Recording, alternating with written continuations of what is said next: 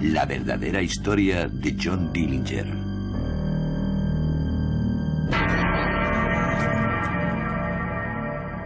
Este es John Dillinger, el mayor atracador de bancos de todos los tiempos.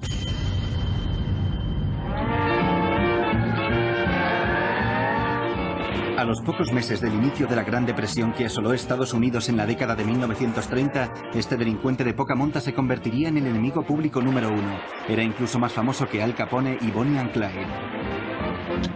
John Dillinger nació en 1903. Quedó huérfano de madre a muy temprana edad y su padre lo educó con una férrea disciplina. Tras una problemática adolescencia se alistó en la Marina, de la que más adelante desertó.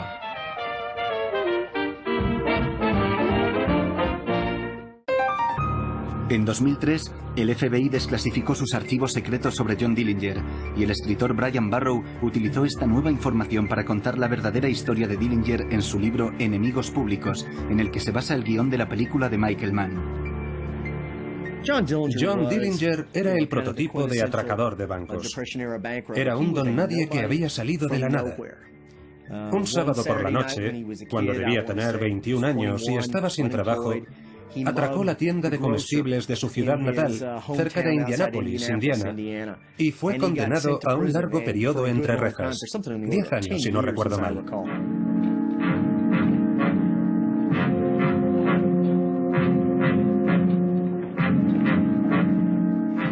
Fue una sentencia de cárcel, y en la cárcel conoció a atracadores de bancos, ladrones, de todo. Para él fue una auténtica escuela del crimen. Y cuando salió, no solo quería ser atracador de bancos, y esto es una de las cosas que le distingue de otros. Quería robar bancos con un objetivo muy concreto: recaudar dinero suficiente para comprar armas, meterlas de contrabando en la cárcel y sacar a sus amigos.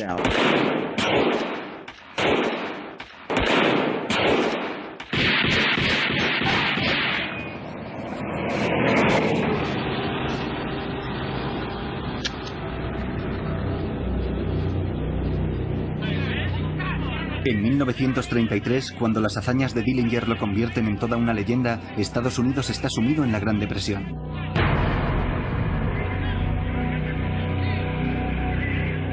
La producción industrial del país ha caído un 50% desde 1929. Hay 13 millones de estadounidenses sin trabajo. En 1933, cuando Roosevelt llega a la presidencia de Estados Unidos, el 25% de la población activa no tiene trabajo. Y hay 2 millones de personas sin hogar.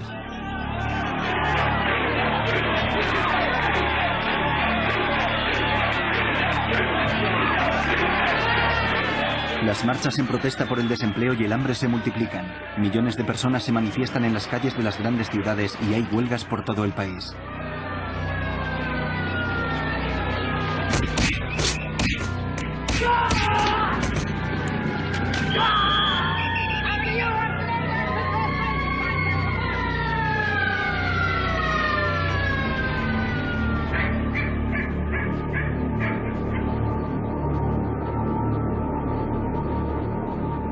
Fue una época en la que muchos estadounidenses, si no la mayoría, habían perdido sus trabajos o estaban a punto de perderlos, apenas tenían ingresos y culpaban a los bancos.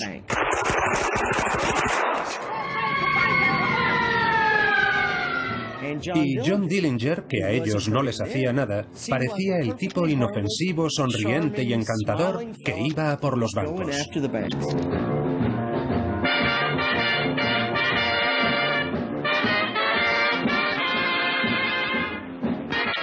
Se convirtió no solo en un antihéroe, sino en el héroe para toda una generación de estadounidenses.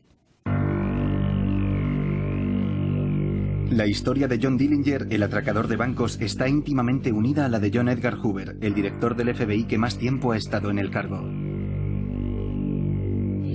Hoover utilizaría la persecución a Dillinger para consolidar su poder, que duraría más de 50 años.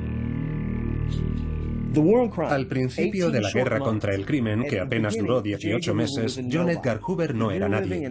Los que vivían en Iowa, en Florida, en Los Ángeles, nunca habían oído hablar de él. Pero 18 meses después, John Edgar Hoover es una estrella de los medios de comunicación, un nombre conocido por todos. En esos 18 meses está la génesis de la fama de John Edgar Hoover, la génesis de su poder y el nacimiento del actual FBI. Y aunque no se puede decir que John Dillinger fuera una amenaza nacional, este periodo de guerra contra el crimen sí tuvo una gran trascendencia nacional. Los hechos ocurridos durante la gran oleada criminal, lo que se refleja en el libro y en la película, tuvieron lugar en las grandes llanuras norteamericanas. Supongo que un paisaje parecido a las estepas rusas, que cruza todo el centro de Estados Unidos de norte a sur, desde las montañas rocosas al río Mississippi. Fueron las zonas más golpeadas por la pobreza. Lo hemos visto en las uvas de la ira. Parecía que todo el estado de Oklahoma emigraba en coche a California.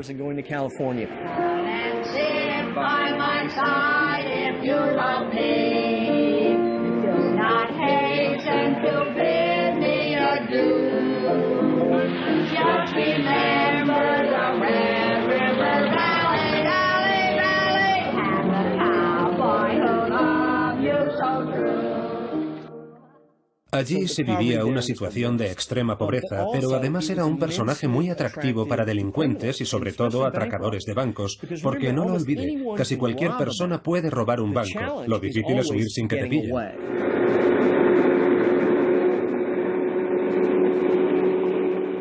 Los atracadores quieren carreteras ininterrumpidas de 300 kilómetros por las que pueden correr a 120 kilómetros por hora y escapar a toda velocidad.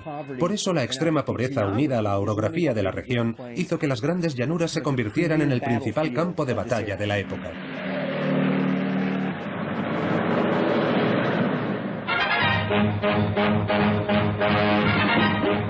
No olvidemos que esto ocurrió hace apenas 75 años. Frank Sinatra era un cantante de 18 años. Marlon Brando era un crío.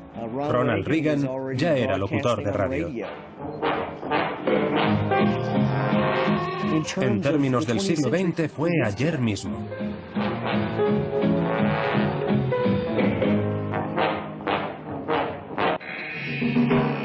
La masacre de Kansas City.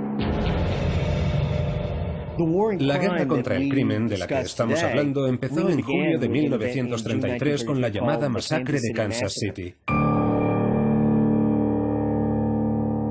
En este caso, dos agentes del FBI habían logrado detener en Arkansas a Frank Nash, también conocido como Jelly Nash, y lo llevaban a la cárcel de Leavenworth, pasando por Kansas City.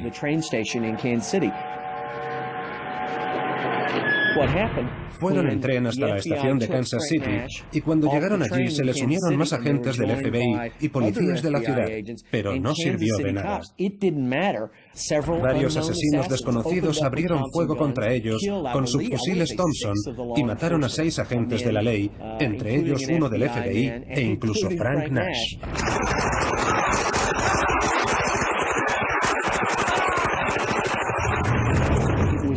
Fue aquel hecho, la masacre de Kansas City, lo que llevó al ministro de Justicia y a John Edgar Hoover a declarar la primera guerra contra el crimen. Su objetivo era terminar con los gángsters, con los atracadores de bancos, y por supuesto se convirtió en una guerra mucho más sangrienta y complicada de lo que en principio habían previsto. Poco antes de la masacre de Kansas City, en mayo de 1933, Dillinger salió de la cárcel e inmediatamente se dedicó a atracar bancos.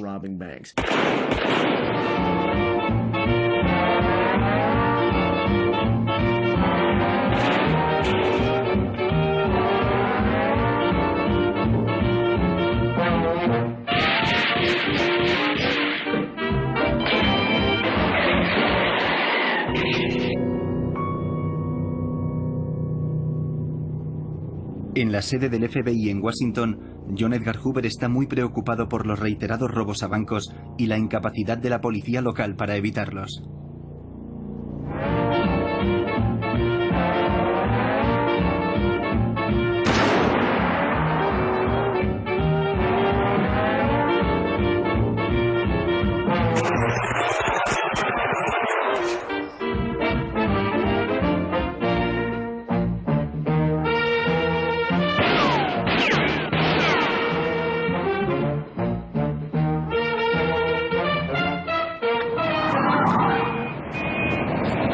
En realidad, los años 1933 y 1934, cuando Dillinger y otros estaban activos, no fueron el principio de una oleada criminal, sino el final de otra que había empezado a mediados de la década de los 20, en gran parte consecuencia de que los cuerpos policiales se vieron sobrepasados por los avances tecnológicos.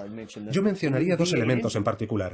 Uno, el nuevo motor V8 al que muchos criminales tuvieron acceso mucho antes que la policía y que permitía a los atracadores de bancos dejar atrás fácilmente a la policía local.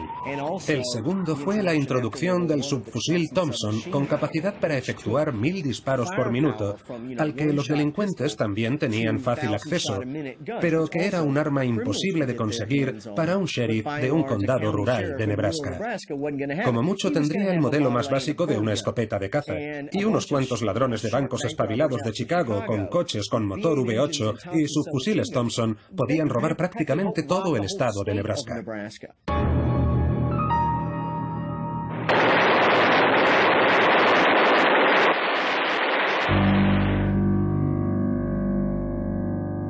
Entretanto, en el FBI, Hoover toma medidas y entrena a sus agentes en el uso de nuevas armas para luchar contra los gángsters.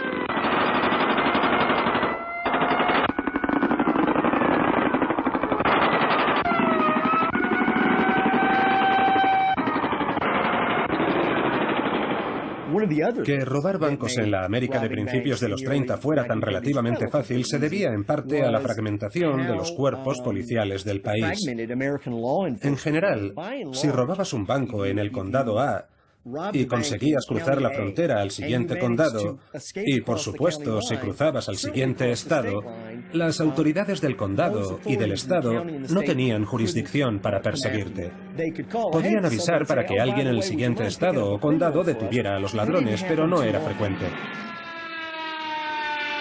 Hay que tener en cuenta algo importante que raras veces se entiende, y es que estos hechos ocurren en un periodo relativamente pequeño de tiempo. El mismo mes que empezó la guerra contra el crimen, el mes de la masacre de Kansas City, fue el mes en el que John Dillinger atracó su primera tienda y su primer banco. Dillinger surge de forma paralela a la guerra contra el crimen, justo cuando los federales están ahí, buscando criminales. Las carreras criminales de Bonnie and Clyde, de John Dillinger, de Pretty Boy Floyd, se dan en un periodo de apenas 2 años, desde 1933 hasta enero de 1935. No se alargó 5 o 10 años, todo se limitó a un periodo de entre 18 a 24 meses, un periodo en el que cada día ocurrirían un montón de cosas.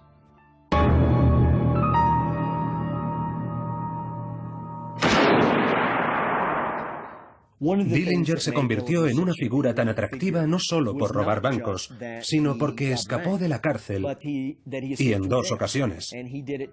La primera vez fue tras ser detenido cuando visitaba a una novia en Dayton, Ohio, en septiembre de 1933. Su banda de colegas fue a sacarlo del calabozo y mató al sheriff. Entonces fue cuando Dillinger se unió al grupo de colegas que había ayudado a salir de la cárcel y cuando comenzó el primer reinado de la primera banda de Dillinger.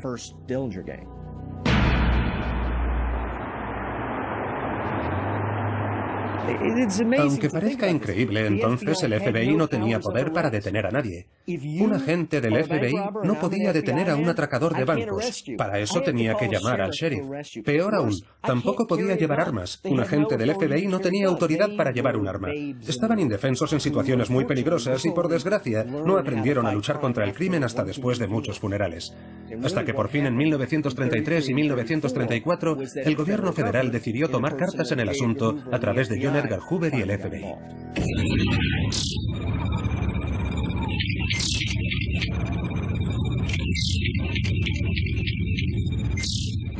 Me llamo Richard Hack y soy el autor de Puppet Master, la vida secreta de John Edgar Hoover.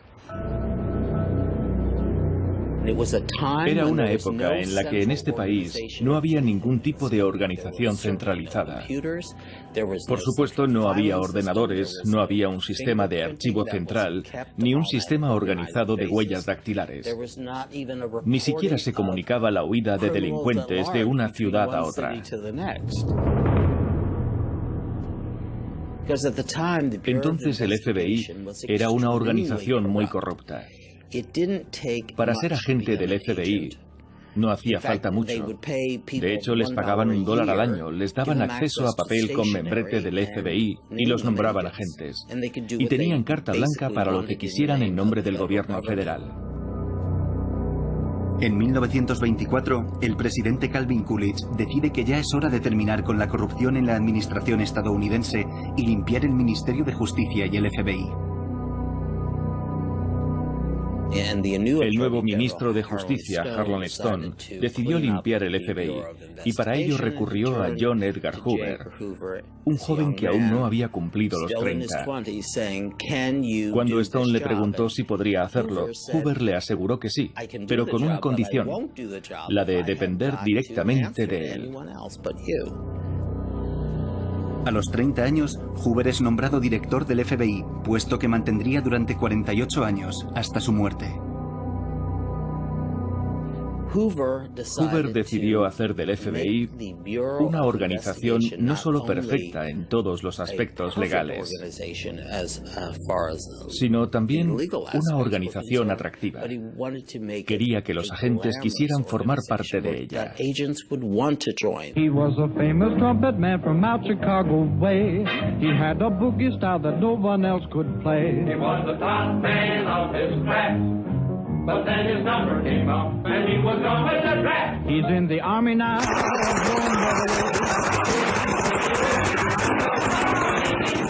They made him blow a bugle for his Uncle Sam.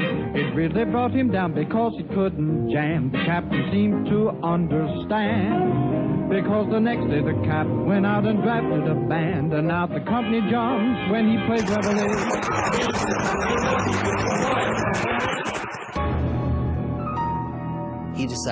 Decidió centralizar el rudimentario sistema de identificación de huellas dactilares y propuso reunir todas las huellas dactilares en un solo lugar, dándoles acceso a todo lo que necesitaran, para que de esta manera todos tuvieran toda la información a su disposición.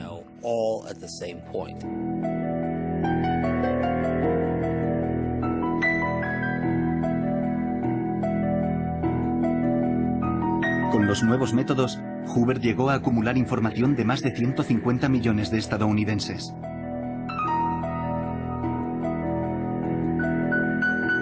En la sede del FBI tenían los expedientes de todos los delincuentes, fugitivos y sospechosos del país. Se estaba creando una organización muy poderosa y muy eficaz. Dillinger y su banda aún no se habían dado cuenta de esto.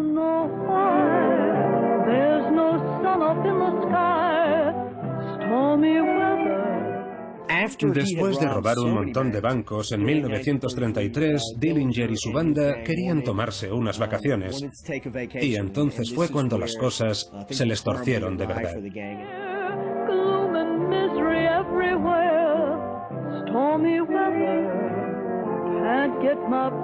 Por fin llegaron a Daytona, en Florida, donde pasaron la Nochevieja.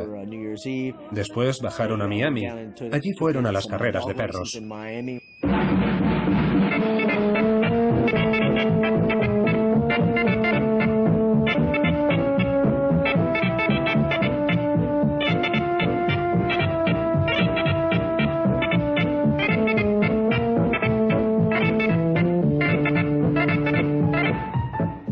El gran amor de Dillinger fue Billy Frechette. Los dos conectaron perfectamente, ambos eran como refugiados de la época de la Gran Depresión que no tenían ni dónde ir ni nada que hacer excepto cuidar el uno del otro.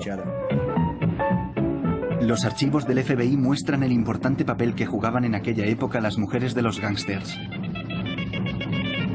El papel de las mujeres en la guerra contra el crimen siempre me ha fascinado. Hay que tener en cuenta que el 30% de los hombres estadounidenses estaban sin trabajo.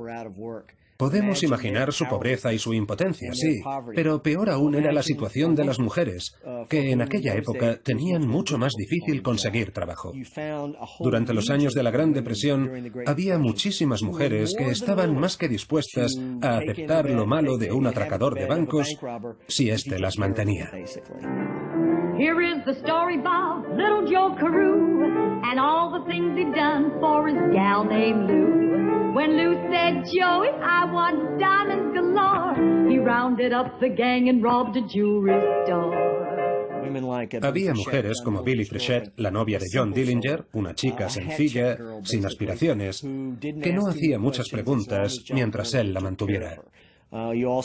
También había mujeres como Ma Barker, que era la madre de una serie de atracadores de bancos y que estaba encantada de ir con ellos, porque la alternativa era la más absoluta pobreza, viviendo como había vivido Ma Barker en una chabola de tela asfáltica.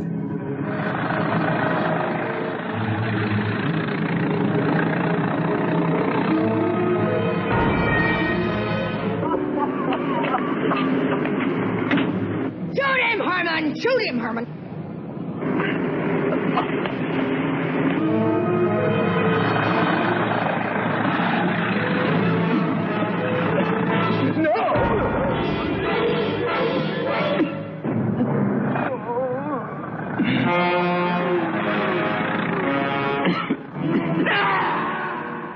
Y también había mujeres como Bonnie Parker, la novia de Clyde Barrow, con la que simpatizo menos porque podía haber continuado trabajando cuidando niños o como camarera, pero se aburría.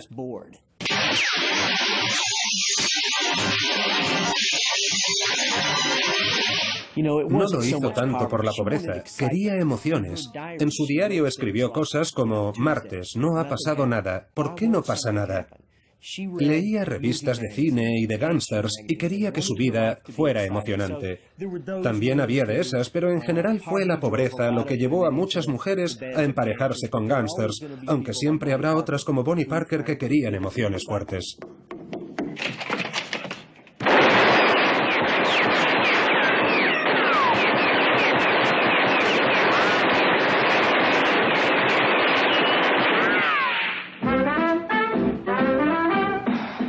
A principios de 1934, John Dillinger y su banda se tomaron unos días de vacaciones. Pero no tardaron en volver a robar bancos. Se cansaron de Florida y decidieron ir hacia el oeste. Fueron a Arizona, a Tucson e hicieron el viaje separados. Dillinger hizo el viaje pasando por Chicago, donde cometió la estupidez de intentar robar un banco con solo otra persona, y durante el atraco en la zona este de Chicago mató a un policía. El único asesinato del que existe la absoluta certeza de que su autor fue Dillinger. Después, Billie Frechette y él tomaron la Ruta 66 por San Luis y fueron hasta Tucson, donde tuvieron la mala suerte de que algunos de los miembros de la banda fueran reconocidos por la policía local, no el FBI, sino la policía local.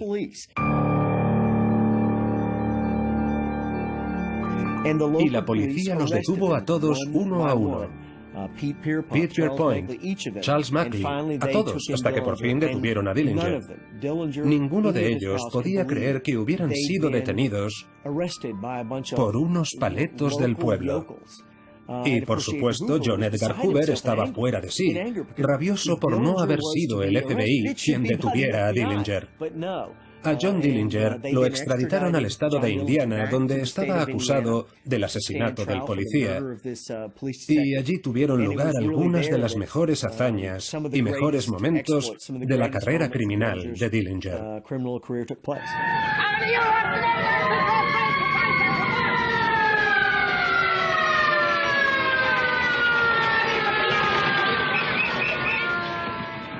Cuando llevan a Dillinger de vuelta al estado de Indiana en enero o principios de febrero de 1934, lo meten en la cárcel de Crown Point. Y el espectáculo que se monta cuando lo llevan desde el aeropuerto hasta la cárcel es increíble. Las calles están abarrotadas de gente que quiere ver al gran criminal, más famoso que Al Capone.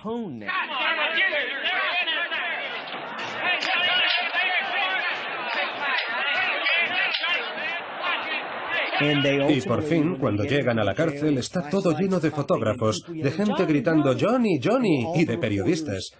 Allí se tomó una de las fotografías más famosas de un delincuente estadounidense, que es cuando Dillinger le pasa el brazo por el hombro al fiscal del distrito y responde a todas las preguntas de los periodistas con una sonrisa en la cara y una tranquilidad pasmosa.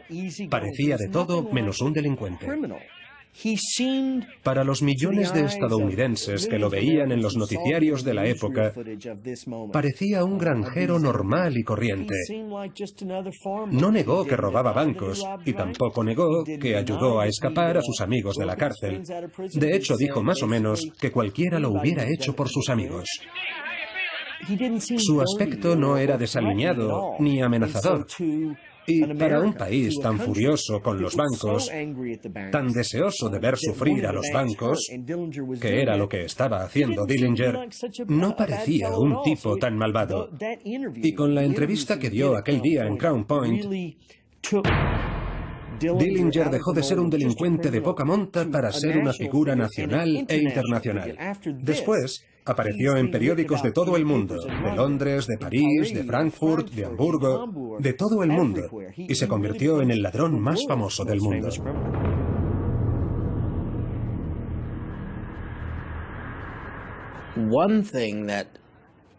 Si algo irritaba a John Edgar Hoover, era oír hablar de atracos a bancos.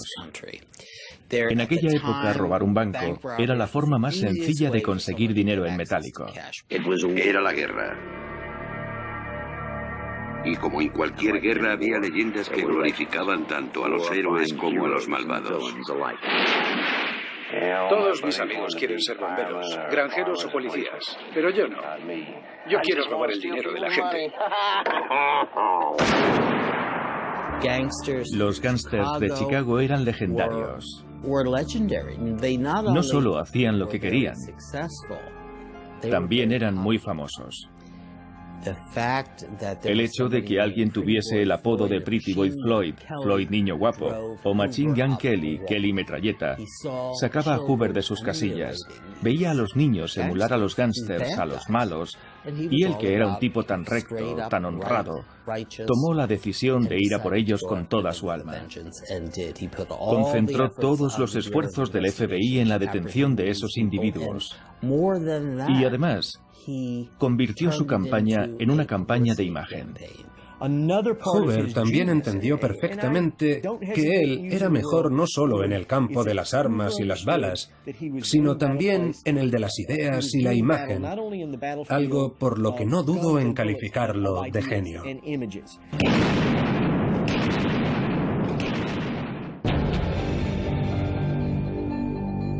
Hoover y el FBI supieron elevar como nadie la imagen del agente del FBI. Tanto él, John Edgar Hoover, como más adelante uno de sus principales agentes, Melvin Purvis, se presentaban como hombres pulcros, eficaces y dignos de confianza, hombres que podrían salir con tu hija. De hecho, eso eran los hombres del FBI.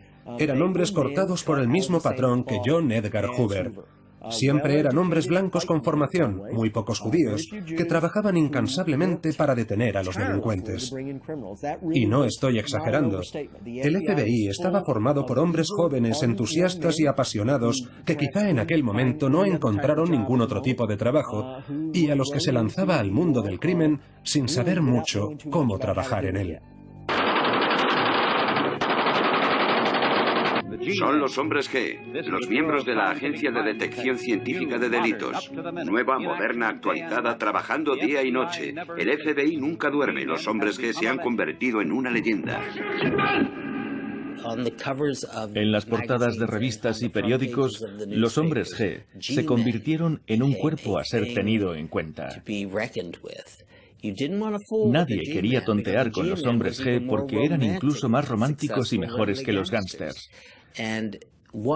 Y consiguieron detener a todos los gángsters uno a uno.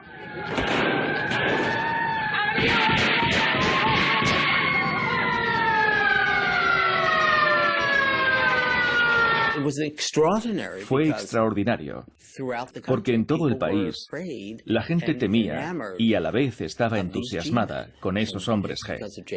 Y gracias a John Edgar Hoover alcanzaron la categoría de héroes y empezaron a aparecer en las películas. Ya no era el malo quien ganaba al final. Era el agente del FBI quien terminaba ganando. Y se puede decir que fueron los que lograron de forma contundente poner a este país en la senda de la ley y el orden.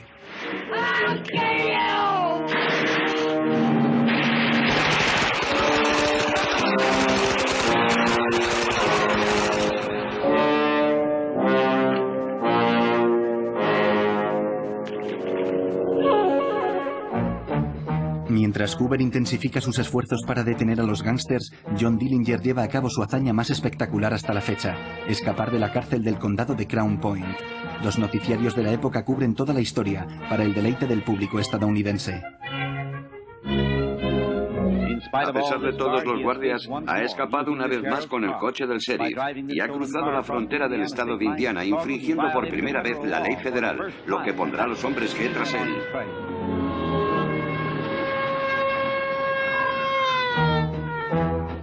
Tan solo 4 días después de huir, John Dillinger retoma sus actividades delictivas.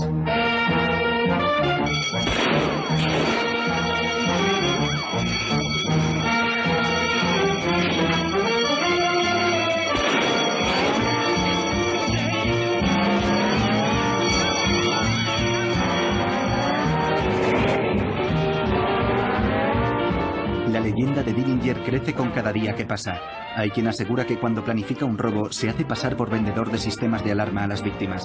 Incluso cuentan que sus hombres y él se hacen pasar por miembros de un equipo de filmación que rueda un anuncio publicitario para un banco de Ohio.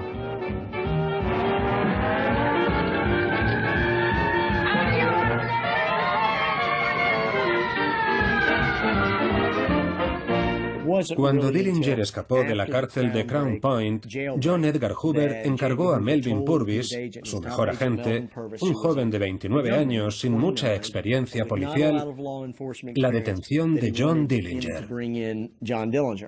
En aquellas primeras semanas después de la huida, Purvis y el FBI se dieron cuenta de que no era tan fácil detener a John Dillinger. De hecho, Purvis no tenía prácticamente ni idea de cómo hacer lo que tenía que hacer. Cuando quiso intervenir algunos teléfonos, por ejemplo, tuvo que llamar a un abogado en Washington y preguntarle cómo hacerlo. La información que tenía era muy mala. Apenas tenía unos pocos informadores en las calles de Chicago, por lo que supongo que no fue casualidad que durante un mes entero el FBI no encontrara ni rastro de John Dillinger. Al final, el FBI encontró a Dillinger por casualidad. Dillinger se había trasladado a la zona de St. Paul, en Minneapolis, que era un auténtico paraíso para los atracadores de bancos, una especie de ciudad sin ley, donde había formado su segunda banda con un personaje llamado Babyface Nelson, cuyo verdadero nombre era Lester Gillis. Babyface Nelson era un psicópata, no se puede llamar de otra manera, era un psicópata, un personaje como de película, un tipo que literalmente se reía a carcajadas cuando disparaba el subfusil Thompson a diestro y siniestro. Dillinger era un tipo tranquilo, solo mataba si su propia vida estaba en peligro, pero a Babyface Nelson no le importaba matar. El caso es que John Dillinger y Billy Frechette tenían alquilada una habitación con nombre falso en una zona encantadora de St. Paul, y la casera empezó a sospechar porque entraban y salían a horas intempestivas con equipaje de formas extrañas. La mujer fue a las oficinas del FBI en St. Paul y dijo que había un atracador de bancos viviendo en su edificio. Al principio el FBI pasó de ella, pero la mujer se negó a irse hasta que le hicieron caso. Así que mandaron a 2 jóvenes agentes a St. Paul. Estos llegaron y llamaron a la puerta. Billy Frechette respondió: "Un momento, mi marido no se encuentra bien", y unos momentos después lo que salió a la puerta no fue Dillinger, sino su subfusil.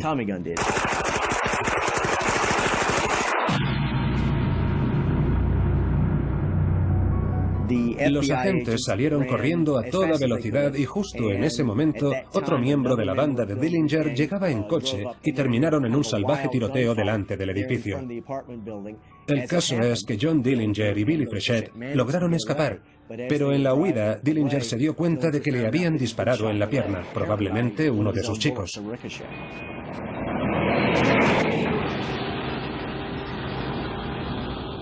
Tras las huidas de Crown Point y St. Paul, la fama de Dillinger alcanzó su punto álgido.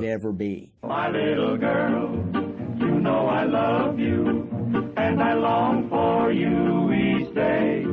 My little girl, I'm dreaming of you. Toda la presión para encontrarlo y todos los ojos cayeron sobre Melvin Purvis y el FBI de Chicago. Como resultado, la fama de Purvis creció de forma paralela a la de John Dillinger. A Purvis le gustaba hablar con la prensa. Era un hombre vanidoso, le gustaba vestir bien. Y al principio a Hoover no le importó demasiado porque le apreciaba mucho. Pero al final hubo dos cosas que Hoover no pudo soportar más. Una, que Purvis era un pésimo detective incapaz de detener a Dillinger. Y la otra, que empezaba a ser tan famoso como él. Quizá esté exagerando los celos de Hoover, aunque estoy convencido de que estaba celoso, pero lo que está claro es que a medida que la fama de John Dillinger crecía, también crecía la de Purvis. En última instancia, cuanto más tiempo siguiera Dillinger suelto, mayores eran las tensiones entre Purvis y Hoover. Y si repasamos los informes, las llamadas de teléfono, está todo ahí. Está muy claro que, aunque mucha gente cree que Hoover estaba celoso de Purvis, y yo también pienso que algo había, lo cierto es que Purvis cometió muchos errores, como hacer redadas en pisos equivocados, dejar escapar a Dillinger y, por supuesto, el famoso enfrentamiento en el Hotel Little Bohemia, en el norte de Wisconsin, que fue la gota que colmó el vaso de Hoover.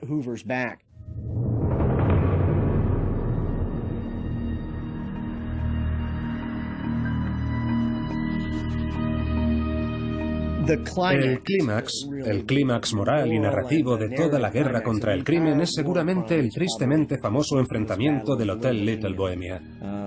Tras una serie de atracos a bancos y huidas, Dillinger, Babyface Nelson y los demás miembros de la banda con sus chicas decidieron que necesitaban descansar un fin de semana y planificar sus siguientes pasos.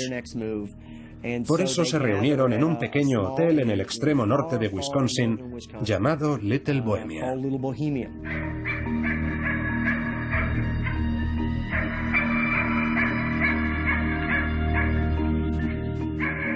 Dillinger, Nelson y sus hombres lo ocuparon el fin de semana. El problema fue que eran tan famosos que sus caras estaban en las portadas de todos los periódicos, incluido el Chicago Tribune, y el dueño del local las había visto. El hombre llamó a John Dillinger a su despacho, le enseñó la foto del periódico y le dijo: «Usted es John Dillinger». Dillinger le dijo que no se preocupara, que era John Dillinger, pero que no iba a hacerle daño, solo necesitaban un poco de tranquilidad. El hombre sí que se preocupó. Y mucho. Su mujer y parte de su familia trabajaban en el hotel, y alguien de la familia llamó al FBI en Chicago y habló directamente con Melvin Purvis, que reunió un equipo para ir a Little Bohemia.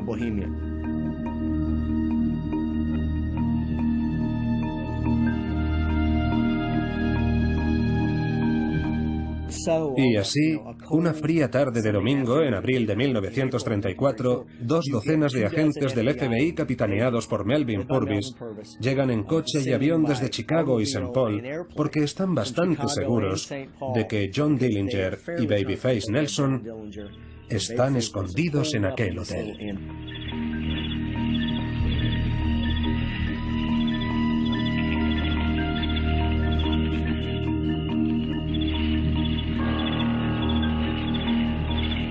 Para entonces, los agentes del FBI llevaban armas desde hacía unos 6 o 9 meses.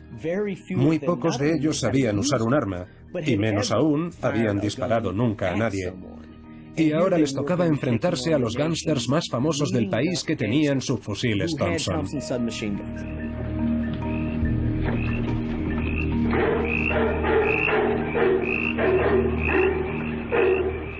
Tuvieron la mala suerte de que cuando iban a entrar, los perros empezaron a ladrar y Dillinger los vio y se dio cuenta de que iban a por él.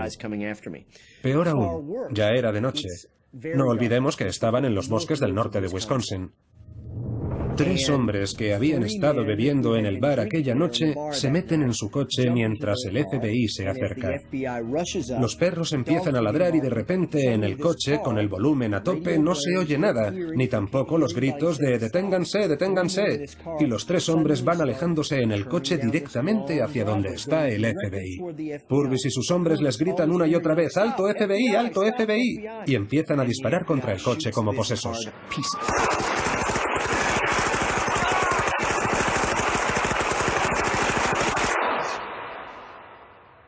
Mataron a uno de los hombres y dejaron gravemente heridos a los otros dos. Y mientras tanto, gracias a la escenita que han montado con los otros, Dillinger, Babyface y los demás salen del hotel por detrás, se adentran en el bosque y se dispersan.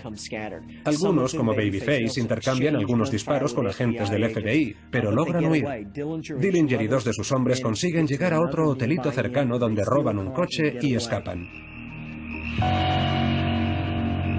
Babyface Nelson tiene la mala suerte de llegar a una casa a 1,5 kilómetros, donde llegaron algunos agentes del FBI buscando un teléfono, buscando un coche, buscando ayuda.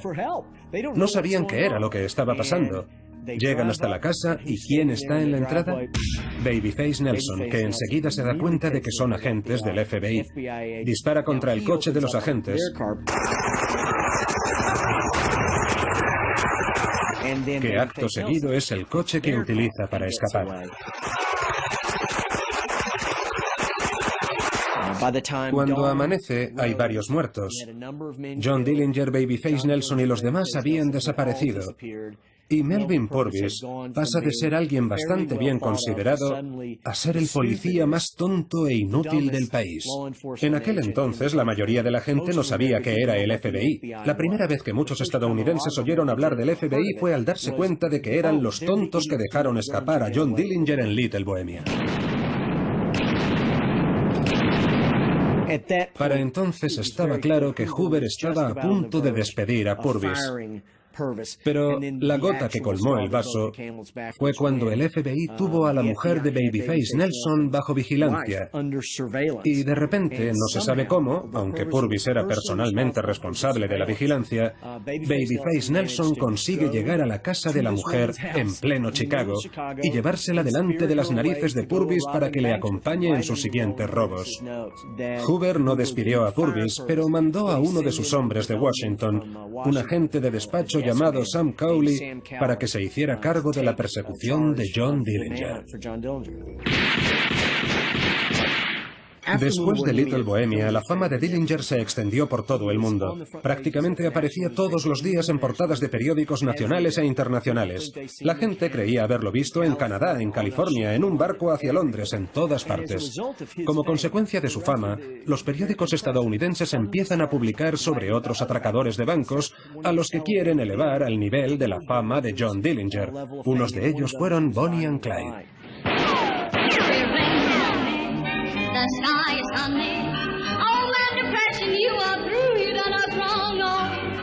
John Dillinger era un delincuente importante que robaba bancos importantes. Clyde Barrow y Bonnie Parker eran unos desconocidos de Dallas que normalmente atracaban tiendas y gasolineras y alguna vez algún que otro banco si podían.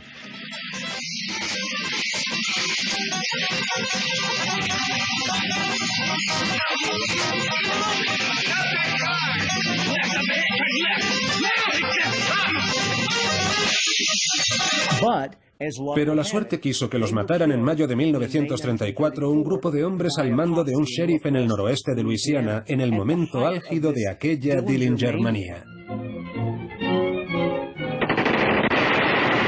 Posando orgulloso con sus hombres G para el noticiario, Hoover está encantado de presentar el brutal asesinato de Bonnie and Clyde.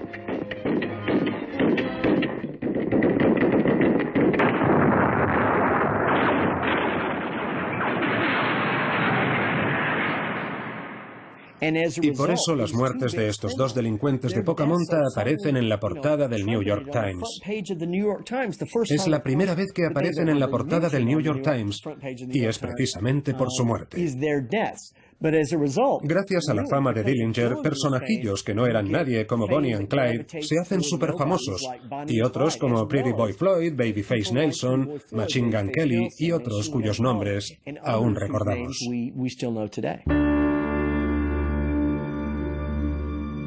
En la primavera de 1934, Melvin Purvis detiene a Billy Frechette. Es una de las pocas personas que Purvis logra detener. Dillinger estaba totalmente desolado, llorando cuando vio que la detenían, porque de hecho estuvo allí y lo vio todo. Más aún, si la detención de Billy fue brillante, lo habría sido mucho más si Purvis se hubiera dado cuenta de que Dillinger estaba en un coche aparcado a la vuelta de la esquina.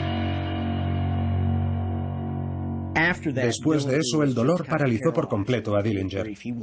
Quería sacarla de la cárcel como fuera, y solo renunció a la idea cuando sus colegas le convencieron de que era imposible.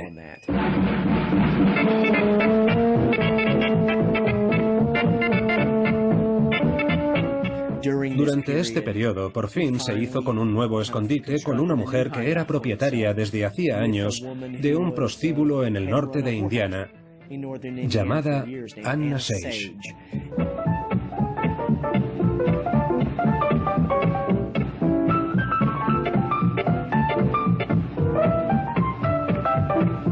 La historia de la muerte de Dillinger, como todos los acontecimientos de su vida, ocurre increíblemente deprisa. De hecho, en tan solo 24 horas Dillinger estaba en el piso de Anna Sage. Daba la casualidad de que Anna Sage era una emigrante rumana a punto de ser deportada. Anna Sage va a ver al FBI para intentar hacer un trato, que le permitieran quedarse en el país porque es la única persona que sabe dónde está John Dillinger. Básicamente les dice que su amiga Polly Hamilton, John Dillinger y ella van a ir al cine al día siguiente.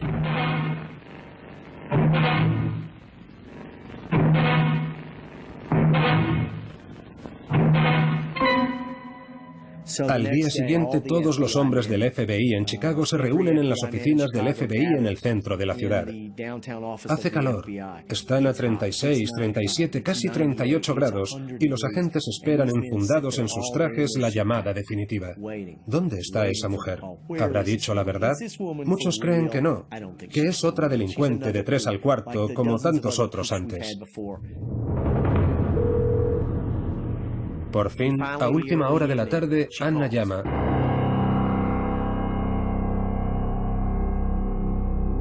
Y dice que va a ir con Polly Hamilton y John Dillinger al cine Biograph, donde pasan la película El enemigo público número 1. Vigilando delante del Biograph están Melvin Purvis y una docena de agentes del FBI.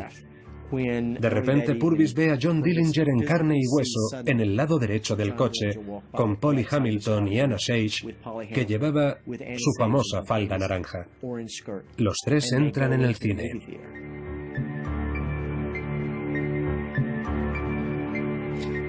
En la calle hay 2 docenas de agentes del FBI, también de la policía de Indiana y de la policía de Chicago, y esperan.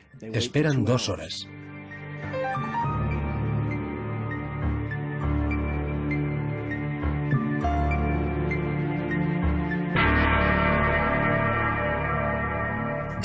Por fin, John Dillinger sale del cine sobre las 10:30. Purvis está delante de la taquilla y tiene que dar una señal.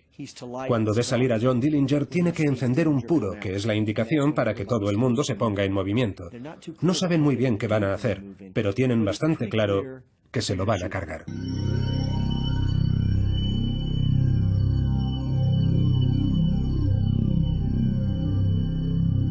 Dillinger sale, va hacia la izquierda, Purvis enciende el puro y nadie se da cuenta. Charles Winstead, un agente del FBI de Texas que había sido enviado a Chicago por su habilidad con las armas, susurra a su amigo: "Ese es Dillinger, el del sombrero".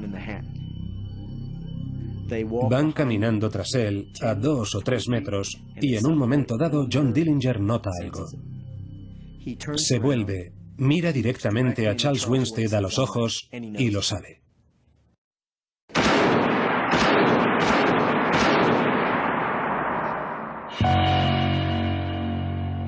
De los 4 disparos, 2 alcanzan a John Dillinger. Uno le entra por detrás de la cabeza y le sale por el ojo. Dillinger cae al principio de un callejón y muere en cuestión de segundos. Ha caído a las puertas de este cine. Hay mucho entusiasmo. Un grupo de agentes federales al mando del inspector Samuel Cowley y con la ayuda de la policía de Chicago e Indiana han matado a Dillinger. Estas son las pertenencias del enemigo público número 1. 3 hombres no fueron suficientes para llevar la colección de mortíferas armas confiscadas en distintos lugares. Cuando lo mataron llevaba su automática en la mano. Sus huellas dactilares son indicios infalibles.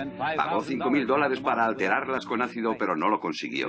Todavía quedan 300 puntos de semejanza. Su rostro estaba distorsionado, pero los hombres G lo reconocieron. Los ojos y la forma de la cabeza.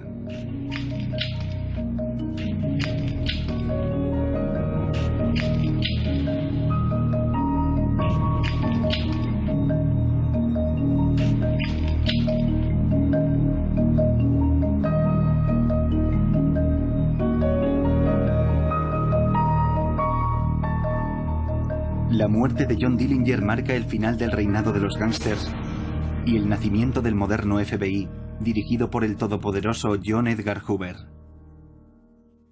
Hoy Estados Unidos necesita tres cosas para hacer cumplir la ley: eliminar las influencias políticas, poner énfasis en la eficacia y buscar la cooperación entre los distintos cuerpos de seguridad. A todos debe preocuparnos un único objetivo: erradicar el crimen. Gracias al teléfono, el FBI está muy cerca de todos. El FBI quiere ser su protector en todo lo que esté dentro de su jurisdicción. El FBI es suyo. Lo que significa que los gángsters no se saldrán con la suya.